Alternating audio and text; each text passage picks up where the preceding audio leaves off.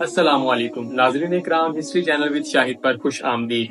میری آج کی ویڈیو مکمل برسا کی تاریخ کے بارے میں ہے۔ وہی برسا شہر جس کا محاصرہ عثمان غازی کے دور میں شروع ہوا اور عثمانی سلطنت کے لیے فتوحات کا دروازہ ثابت ہوا، اور اس شہر کی فتح کے بعد ہی کچھ تاریخ دانوں کے مطابق عثمانی امارات عیسائی کچھ میں عظیم طاقت کے طور پر ابھری۔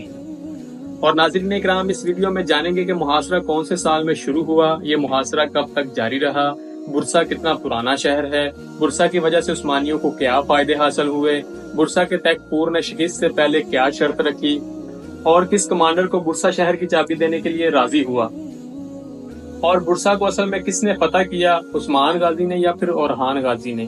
آئیے چلتے ہیں آج کی ویڈیو کی طرف۔ سب سے پہلے برسا کی تاریخ کے بارے میں بات کرتے ہیں۔ تاریخ کے لحاظ سے برسا کتنا پرانا شہر ہے۔ عظیم شہر برسا ترکی کے اہم ترین شہروں میں سے ہے۔ برسا بہت سی تہذیبوں کا مرکز رہا ہے، اور یہ شہر قدیم زمانے سے آج تک اپنی صاف ہوا کے لیے جانا جاتا ہے۔ اس کے قدرتی منظر سے لے کر شہری اور دیہاتی زندگی تک ہر لحاظ سے بہترین ہے۔ اور برسا شہر اناگول کی طرح ہزاروں سال پرانا تو نہیں، لیکن حضرت عیسیٰ علیہ السلام کی آمد سے پہلے بسایا گیا تھا۔ پھر یہ رومن امپائر کے قبضے میں آ گیا، اور جب رومن امپائر کو دو حصوں میں تقسیم کیا گیا، یعنی کہ مشرقی رومن امپائر، مغربی رومن امپائر۔ مشرقی رومن امپائر کا نام بازنطین سلطنت تھا۔ برسا کا علاقہ اس کی سلطنت میں آ گیا۔ عثمان غازی کے دور تک یعنی 14ویں صدی عیسوی میں برسا کافی بڑا شہر بن چکا تھا۔ کیوں حصار قلعہ کی فتح کے بعد برسا عثمان بے کا مین ٹارگٹ بن گیا تھا۔ اس کے بعد ناظرین اکرام آتے ہیں انتہائی اہم سوال کی طرف، جس پر اکثر تاریخ دانوں کی بحث رہتی ہے، وہ یہ کہ برسا کا محاصرہ کتنے عرصے تک رہا۔ تو تاریخی سورس کے مطابق برسا کے محاصرے اور فتح میں 23 سال لگے۔ 23 سال کا عرصہ بتانے کی شاید یہ وجہ بھی ہو سکتی ہے کہ عثمان بے اپنی اولین فتوحات کے بعد برسا ہی کی فتح کے موقع کے انتظار میں تھے، اور انہوں نے کئی بار اس کا محاصرہ کر کے فتح کرنے کی کوشش کی لیکن ناکام رہے۔ لیکن ایک خیال یہ بھی ہے کہ محاصرہ 1317 میں شروع ہوا اور 9 سال تک جاری رہا۔ ناظرین اکرام، سب سے اہم سوال یہ ہے کہ برسا کس نے فتح کیا، اورحان غازی نے یا پھر عثمان غازی نے؟ تو اس بارے میں ایک مورخین گروپ کی رائے یہ ہے کہ عثمان بے نے برسا کے لیے 11 سال جدوجہد کی لیکن اسے فتح نہ کر سکے، اور ان کی وفات کے بعد اورحان غازی نے اس شہر کا محاصرہ کیا، 6 اپریل 1326 میں سے فتح کیا۔ یہ تاریخ لکھنے والے مورخ کا نام روحی جلبی ہے، جو 15ویں صدی کے نامور مورخ ہیں۔ انہوں نے اپنی کتاب تاریخ آل عثمان میں ایک دعویٰ یہ بھی کیا ہے کہ عثمان 1320 عیسوی میں وفات پا چکے تھے، اور ان کے وفات کے 6 سال بعد برسا 1326 میں فتح ہوا۔ لیکن ان کے مقابلے میں ایک اور عثمانی مورخ جن کا نام عروج بے ہے، اور ان کی کتاب کا نام بھی آل عثمان ہی ہے، انہوں نے اپنی کتاب میں دعویٰ کیا ہے کہ عثمان بے نے اپنی زندگی کے آخری سالوں میں برسا کا محاصرہ کیا، اور اسی محاصرے کے دوران وہ بیمار ہو گئے، اور اپنی بیماری کی وجہ سے محاصرے کی ذمہ داری اپنے بیٹے اورحان کے حوالے کی۔ جب برسا کی فتح کا اعلان ہوا تو انہوں نے یہ خبر آخری سانس لیتے ہوئے سنی، اور خالق حقیقی کو پیارے ہو گئے۔ پھر ان کی وصیت کے مطابق ان کی لاش برسا میں دفن کی گئی۔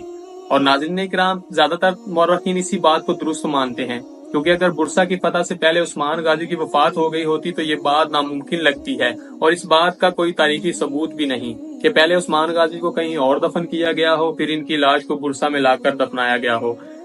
بلکہ کچھ مورخین نے یہ دعویٰ بھی کیا ہے کہ عثمان غازی پہلے ثبوت میں دفن تھے، پھر انہیں برسا میں لا کر دفن کیا گیا، لیکن ان کے اس دعوے کے مضبوط ثبوت نہیں ہیں۔ اب اس کے بعد ناظرین اکرام، برسا جیسے فتح کیا گیا، اس کی مختصر سی تاریخ آپ کے سامنے پیش کرنے لگا ہوں۔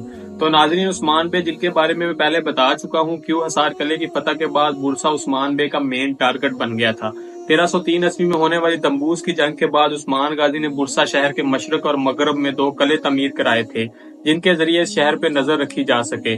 آپ اسے واچ ٹاور بھی کہہ سکتے ہیں، جس کے ذریعے اس شہر میں آنے جانے والے لوگ کون ہیں اور شہر کو کھانے پینے کی چیزوں کی سپلائی کن راستوں سے ہوتی ہے، اس پر نظر رکھی گئی۔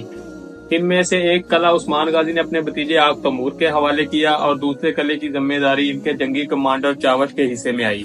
اور اس طرح 1315 میں ان قلعوں کی تعمیر مکمل ہونے کے بعد ایک طرح برسا عثمانیوں کے گھیرے میں آ گیا تھا، اور عثمان نے ان راستوں کا کنٹرول سنبھال لیا تھا جو برسا کو آتے تھے۔ اور یہ واچ ٹاور جیسے قلعے بنانے کا مقصد یہ تھا کہ عثمان بے جان گئے تھے کہ یہ 1 to 1 وار میں انسانی جانیں بہت زیادہ ضائع ہوں گی، اس لیے برسا کی فتح کا لمبا راستہ اپنایا گیا۔ اور عاشق پاشا زاد اور نشتری جیسے نامور عثمانی مورخین لکھتے ہیں کہ عثمان بے نے برسا کا محاصرہ شروع کرنے کے بعد اپنے بیٹے اورحان کو یہ کہا کہ بیٹے پہلے اطرانوس جاؤ، کیونکہ اس کافر کا باپ دمبوس کی جنگ میں میرے بے ہوجا کی شہادت کی وجہ بنا تھا۔ اور یہ کہنے کے بعد عثمان بے نے اورحان غازی کے ساتھ